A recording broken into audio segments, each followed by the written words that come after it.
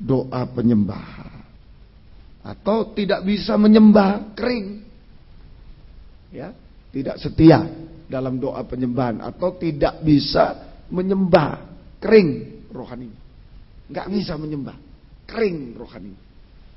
Nah ini seperti Petrus dan kawan-kawan di Getsemani, ya, mereka tidur, disuruh doa malah tidur. Nah ini orang yang tidak setia dalam doa penyembahan, tidak bisa menyembah Tuhan, kering rohaninya, tidak bisa menyembah Tuhan, ya, akibatnya jatuh dalam pencobaan. Berjagalah supaya tidak jatuh dalam pencobaan. Kalau tidur tidak menyembah, jatuh dalam pencobaan, ya, jatuh dalam pencobaan. Saat dia jatuh dalam pencobaan itu sudah di luar tangan Tuhan, di luar tangan Tuhan. Jatuh dalam pencobaan di luar tangan Tuhan. Nah, sudah dalam pencobaan berbuat dosa lagi. Sudah jatuh dalam pencobaan, ada di luar tangan Tuhan. Sesudah itu berbuat dosa, ya, mencari jalan keluar tidak sesuai firman, berbuat dosa. Nah, jatuh di tangan setan. Nah, saya ulangi, ya, kalau tidak menyembah, kering dalam penyembahan, itu akibatnya jatuh dalam pencobaan. Itu sudah di luar tangan Tuhan. Jatuh dalam pencobaan sama dengan di luar tangan Tuhan, di luar tangan Tuhan. Ya, lalu dalam pencobaan berbuat dosa, mesti. Umpama tidak punya uang, korupsi, wah, berbuat dosa lagi, mencari jalan keluar di luar firman. Nah, itu sama dengan jatuh di tangan setan, akibatnya binasa selamanya. Jatuh di tangan setan. Nah ini hati-hati, ya. Banyak menyembah kaum muda, ya, banyak masalah hari-hari ini kaum muda. Nah, kurang penyembahan itu. Kalau kering, kurang menyembah, kering, masalah muncul. Sudah di luar tangan Tuhan itu. Orang tidak menyembah di luar tangan Tuhan. Itu, ya, jatuh dalam pencobaan di luar tangan Tuhan. Mulai masalah-masalah muncul. Celakanya kalau di luar tangan Tuhan, ini, ya, umumnya ini dan pasti ini kalau sudah di luar tangan Tuhan. Nah, membuat jalan keluar sendiri di luar firman, berbuat dosa, ya. Sudah jatuh dalam pencobaan lalu berbuat dosa, mencari jalan keluar di luar firman, itu berarti berada sama dengan berada di tangan setan, dan hidup itu akan dibinasakan. Hidup itu akan dibinasakan oleh setan. Nah, semoga kita bisa mengerti malam ini. Ayo banyak menyembah. Banyak menyembah. Kalau kita menyembah Tuhan sungguh-sungguh, menyembah Tuhan, banyak menyembah Tuhan, hidup kita di tangan Tuhan. Hidup kita di tangan Tuhan, ya, Tuhan yang akan menolong kita semuanya. Ya, kaum muda perhatikan tadi, mulai firman, ayo perhatikan, sungguh-sungguh taat dengar-dengaran pada firman. Ya, jangan acuh tak acuh, bosen pada firman. Ayo gairah saat mendengar firman. Kita bergairah saat mendengar sampai ngerti, percaya, yakin, praktikkan firman. Ya, itu adalah gandum kehidupan yang benar, yang suci nanti di hadapan Tuhan. Jangan menjadi lalang kehidupan berdosa itu di hadapan Tuhan. Ya, ayo bergairah saat mendengar firman, sampai ngerti, percaya, yakin, praktek firman itu tumbuhan gandum, benih gandum tumbuh jadi gandum. Dia adalah gandum, itu kehidupan yang benar, suci. Nah, lalang itu kehidupan berdosa, hidup dalam dosa, dibinasakan. Gandum nanti akan dituai dalam lumbung dalam kerajaan surga. Ya, kemudian yang kedua, tidur malas, jahat, itu jangan sampai. Ayo setia sekarang, setia dalam ibadah pelayanan, sungguh-sungguh. Soalnya malas, jahat itu betul-betul meratap hidupnya, penuh ratapan kegelapan, ya, malas dan jahat. Yang ketiga, banyak berdoa hari-hari. Kalau tidak menyembah, jatuh dalam pencobaan, itu sudah di luar tangan Tuhan. Sekarang mau kemana? Saat kita jatuh dalam pencobaan, masalah, mau kemana? Nah, kalau mau kembali ke tangan Tuhan, ini sudah di luar tangan Tuhan. Mau kemana? Kalau dalam masalah, dalam pencobaan yang tidak selesai-selesai itu, kita mengaku dosa, kembali sama Tuhan. Nah, tapi kalau kita berbuat dosa justru untuk menyelesaikan persoalan berbuat dosa, mencari jalan keluar di luar firman, nah, jatuhlah ke tangan setan. Jatuh ke tangan setan dan betul-betul binasa untuk selamanya. Binasa untuk selamanya. Ayo, ya, banyak menyembah, supaya kita hidup dalam tangan Tuhan. Amin, saudaraku. Hidup dalam tangan Tuhan. Tuhan yang akan menolong kita, memelihara kita. Banyak menyembah hari-hari. Ya, inilah keadaan tidur rohani. Kalau gereja Tuhan, kaum muda tidur secara rohani, maka Yesus juga tidur, tak bergairah juga.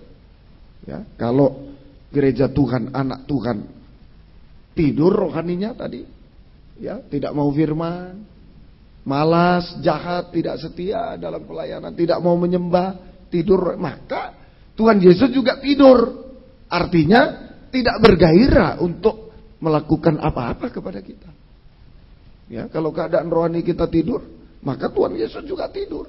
Tidak bergairah untuk mengadakan apa-apa, untuk melakukan sesuatu dalam hidup kita. Injil Markus pasal yang keempat. Injil Markus pasal yang keempat. Injil Markus pasal yang keempat, ayat yang ke-37 sampai 41. Markus pasal 4, 37 sampai 41. Mari silakan. Lalu mengamulah taufan yang sangat dahsyat, dan ombak menyembur masuk ke dalam perahu. Ini saja terus. Sehingga perahu itu mulai penuh dengan air. Oh, perahu mulai penuh dengan air, mau tenggelam. Terus?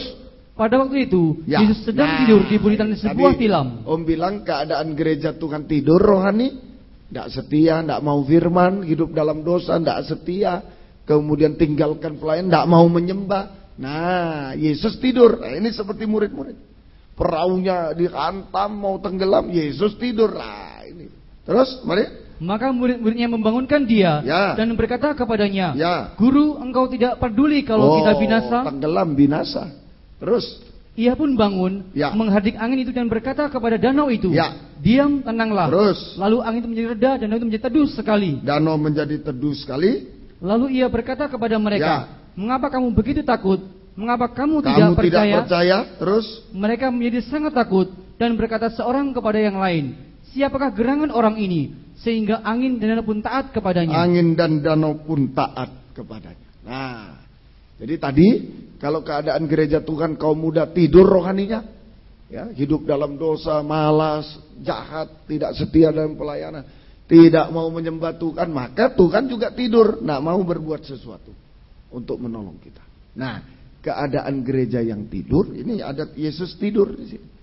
Keadaan gereja yang tidur, kaum muda yang tidur rohani, itulah seperti perahu yang ditimbus, perahu di tengah lautan luas yang ditimbus oleh angin dan gelombang.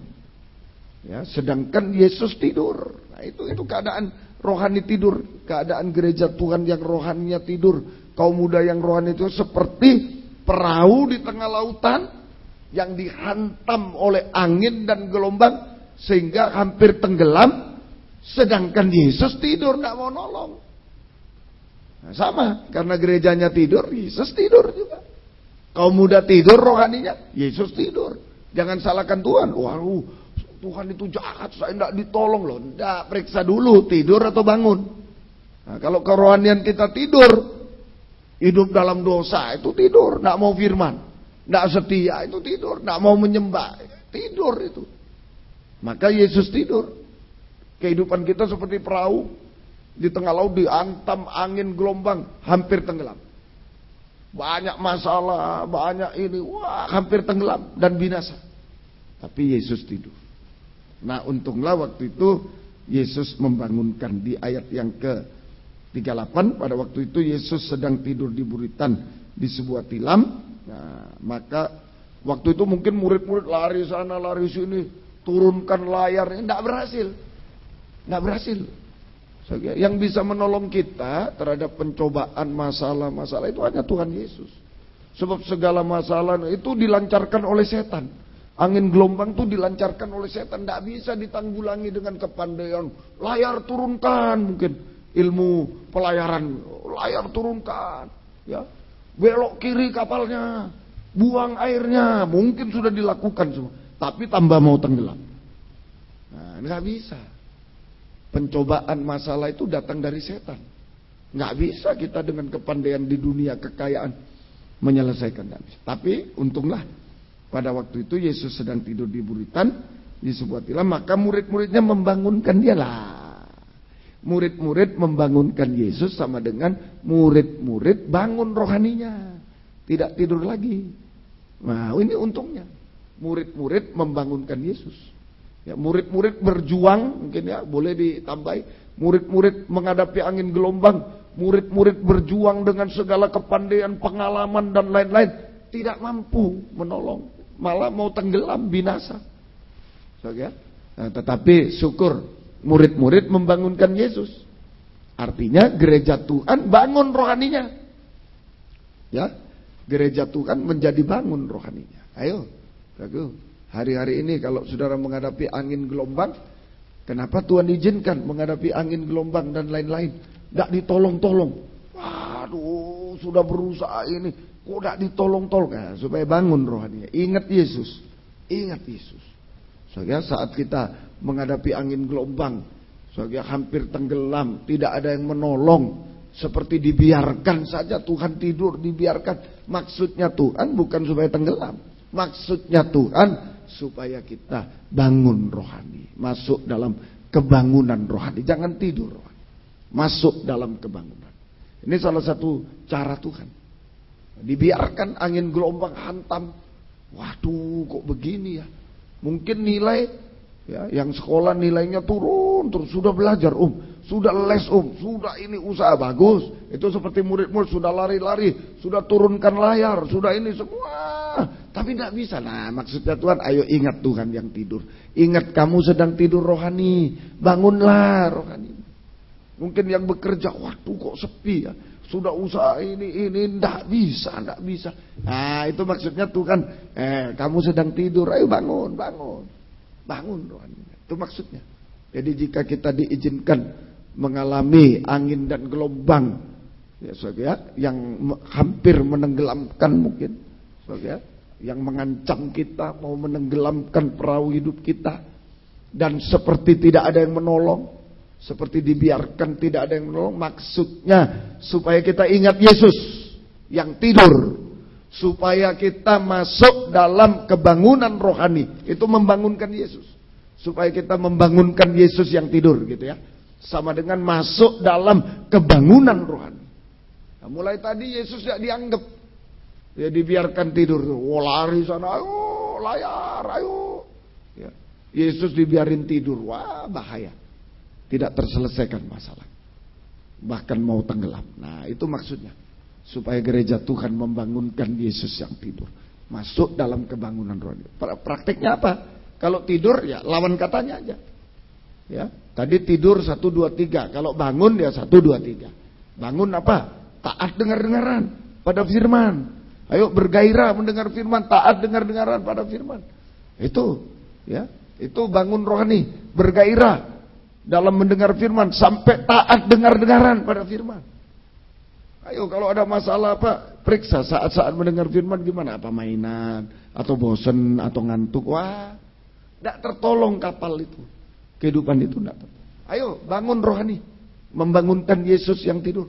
Kalau semua sudah dilakukan tidak bisa tetap masalah, tetap merosot mau tenggelam. Ayo membangunkan Yesus yang tidur, masuk dalam kebangunan rohani. Prakteknya jangan tidur, prakteknya bergairah saat mendengar firman sampai dengar-dengaran, sampai taat. Sampai taat. Bayangkan lagu, angin dan danau saja taat. Masa anak Tuhan tidak taat? Ayo coba pikir. Ya, katanya kita anak Tuhan. Nah, coba anak sama orang tua kan, ayo makan, nah makan. Ya, ayo tidur. Itu taat. Nah, ini anak Tuhan tapi tidak taat sama Tuhan. Angin dan danau saja taat. Coba. Masa manusia di bawah ciptaan Tuhan yang namanya angin dan danau? Waktu peristiwa Yunus, tahu ya, Yunus dilempar ke lautan, ditelan oleh ikan besar. Nah, ikan besar aja Tuhan bilang muntahkan Yunus, muntahkan. Masa ikan taat, manusia tidak taat? Nah, ini merosot sudah manusia itu. Apalagi anak Tuhan. Masa ikan taat, anak Tuhan tidak taat? Berarti ada gangguan ini. Tidak wajar lagi ini anak Tuhan. Ayo gairah mendengar firman dan taat dengar-dengaran. Ya. Permisi lo ya. Kalau sampai ikan taat, angin danau taat pada Yesus, anak Tuhan